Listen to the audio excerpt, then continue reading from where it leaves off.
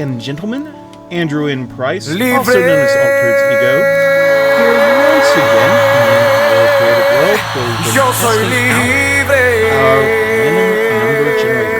And Las cadenas del pecado han sido rotas. So let's real quickly go through some of the changes that I've made to this thing. Libre. First off, I've gone back to the system of segmenting out the chickens into individual containers. I think this helps with making the device more reliable, and it also keeps them from bunching up when we turn on the water. I am still using a water-based system to help push the chickens around. In fact, the chickens cannot reach the tripwire without the water being turned on. And in fact, more to that point, the chickens require two chickens because they can't reach the tripwire on their own. They require another chicken to bump them on the clapping to be able to reach the tripwire. So let's real quickly go now para cantar, para danzar, para que se oiga todo el mundo diciendo libre, yo soy libre. Now I will say that this is not really a fully random device. The chickens seem to both get the loads of AI. Yo soy libre. ¿Para qué, mi hermano? Para danzar, para gozar.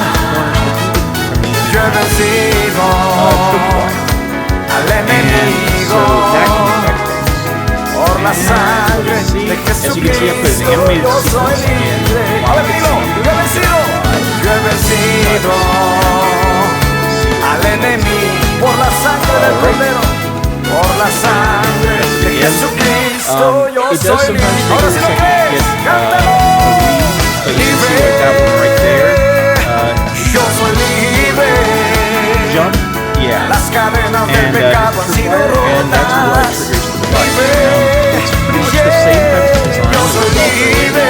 I did add these para cantar, para danzar, para gozar. Una vez más, si lo fuerte, libre, libre.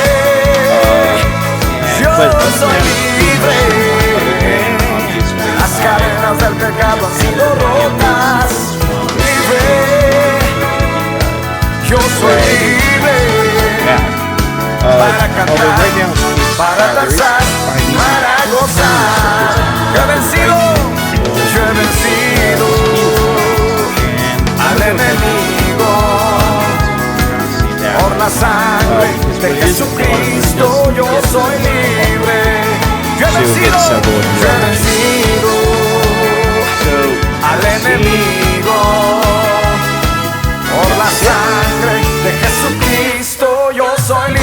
I'm pretty happy with this device. To be honest, when I first started this project, I didn't have too much of an interest in random numbers because I don't quite understand how Matt Snare, who is the person that was working on this initially, was planning on using it. But to me, I guess it just seemed like it didn't seem all that functional. However, after playing around with this a bit, I have to say it is kind of interesting because Minecraft itself, despite its random terrain generation, is not all that. I mean, it's very predictable. The mobs all move relatively predictably and things like that. And with this, we are adding a bit of a unpredictable element to the game, which is kind of neat. Let's see.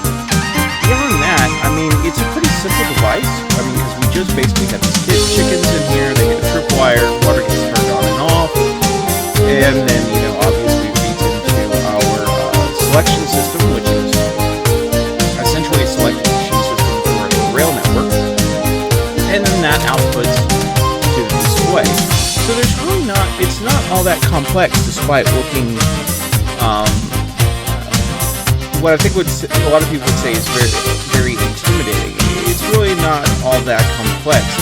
The devil here is in the details, and that's what we're.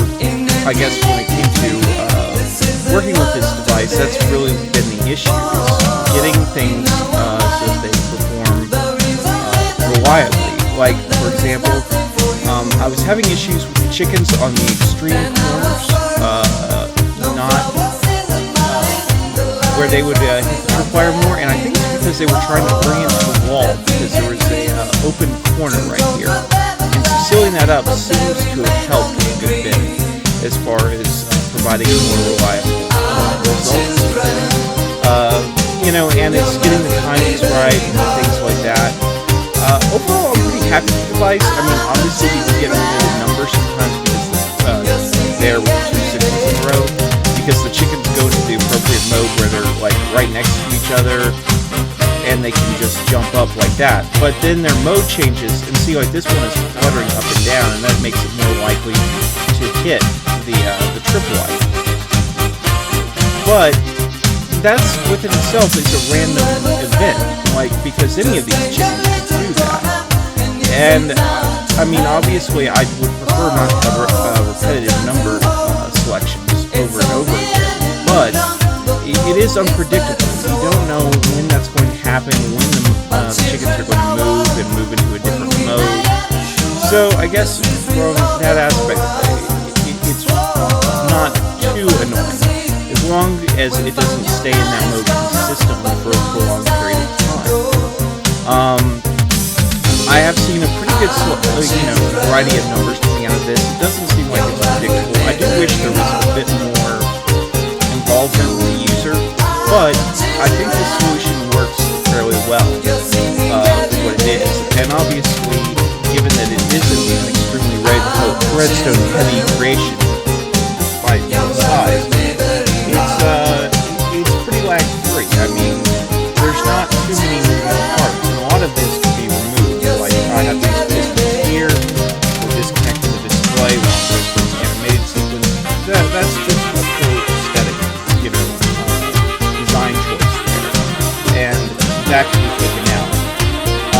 These pistons here were part of an earlier revision, and they don't really need to be here anymore. As you can see, I've just got them permanently on. But overall, I'm pretty happy with it. I like it. It seems to work pretty well. It's not perfect, but we're getting a good selection of numbers. It is something where you're not sure what's coming every time, and so I think that's the point. I mean, it's not a truly random result each time, just due to the fact that there is a persistence with the chickens themselves, their placement, their current mode of the AI. But for the most part, I think it's as good as you can get with this type of a system. I mean, I could probably do some things to make it so the chickens move, but I think that would overcomplicate the system. In fact, that's why we have the water there. It's to ensure that they move each time to at least a somewhat different location. As far as speed goes, it is relatively fast for what it is, but I mean, obviously sometimes you do have to wait due to the nature of how the device works, you do have to wait for the chickens to hit the tripwire. So there is sometimes a delay, but usually it's no more than like 5 or 10 seconds, which I think is acceptable. So, I mean, I think this is probably as far as I'm going to take this device. I can't really see a reason for going too much further with it, but I do have to say I really enjoyed working on this one. This was something that I probably wouldn't have done if it hadn't been for Matt Sarah mentioning to me about this particular design idea, and it's been a challenge. It's like I said, it's still not perfect, but I think it's pretty good for what it is. Obviously, I went back to the redstone display simply because it's faster, I think, and less prone to failure. Plus, I can do animated sequences and things with that pretty easily, and it doesn't require much in the way of I don't have to lag the device or I guess impede the device's speed of operation too much to get that in there. So, I guess hopefully you found this video interesting. I don't believe anyone else has done this, not that I've seen anyways. I think it's kind of an interesting take on this. I mean, it may not be the most ideal sequence or ideal design for this, but for someone that isn't necessarily looking to get into a ton of Redstone to get some sort of randomness into their Redstone devices, I think it's kind of an interesting approach. So once again, this is Andrew and Price saying good night and good week. Thanks for watching. Bye.